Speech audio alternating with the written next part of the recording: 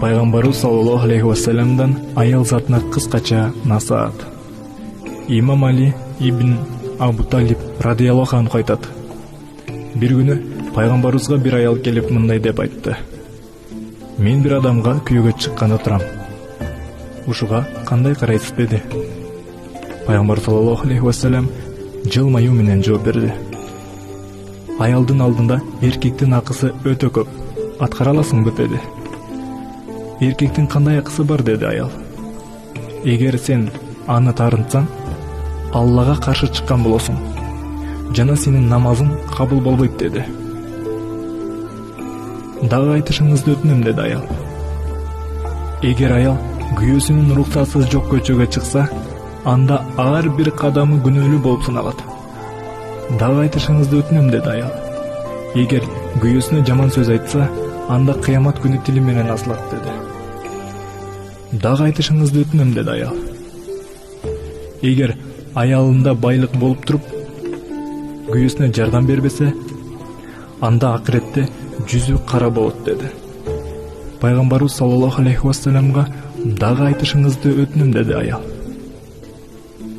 Эгер күйөөсүнүн байлыгынан, малынан оордап, башка бирөөгө берсе, жана ал үчүн кечирим сурабаса, анда Аллах анын садакасын жана зекетин кабыл кылбайт деди.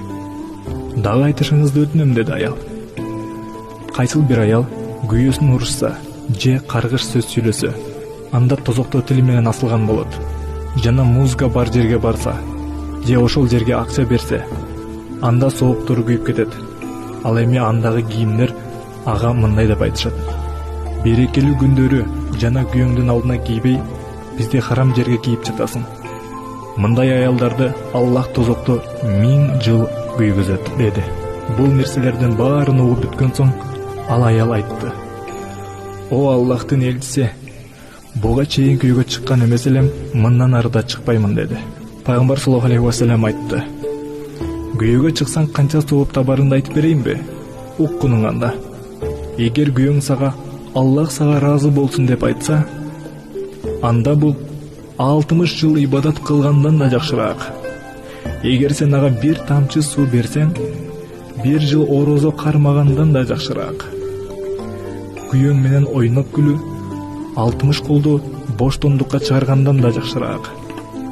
Күйөөңдүн мал дүйнө байлыгын сактап, жана анын туугандарына жакшы мамиле кылсаң, 5 мал намаз окуп, орозо кармап, анда ал нерселер 1000 жолу Меккеге барып, Каабаны айлангандан да жакшыраак деди Пайгамбарыбыз саллаллаху алейхи вассалам.